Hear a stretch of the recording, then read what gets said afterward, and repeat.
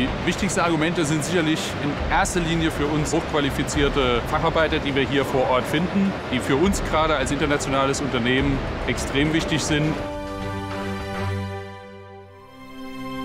Wenn sich das Land Sachsen-Anhalt auf seine Stärken konzentriert, hat Sachsen-Anhalt auch aufgrund seiner strategisch günstigen Lage sehr hohe Wachstumspotenziale für die Zukunft.